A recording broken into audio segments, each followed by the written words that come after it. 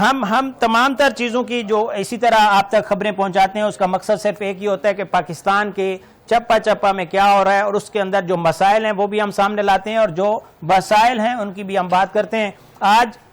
میرا دل دکھی ضرور ہے لیکن میں پاکستان کے فیصلوں کے اوپر آمین کہتا ہوں پوری عوام کی طرح, اور ہم دعا گو ہیں کہ پاکستان کے اندر یہ جو پریشانی ہے جس کی وجہ سے یہ تکلیف پیکج دیا گیا ہے اس کو ریلیف پیکج میں بدلا جائے اور پاکستان دوبارہ اپنے پاؤں پر کھڑا ہو کے اس طرح کے فیصلے کرے کہ جو عوام کے فیصلے ہوں اس کے اندر دکھی دل کے ساتھ یا دل پہ پتھر رکھ کے جو ہمارے حکمران ہیں وہ فیصلہ نہ کریں بلکہ سینہ چوڑا کر کے پاکستان کی عوام کی بات کو لبیک کرتے ہوئے پاکستانیوں کے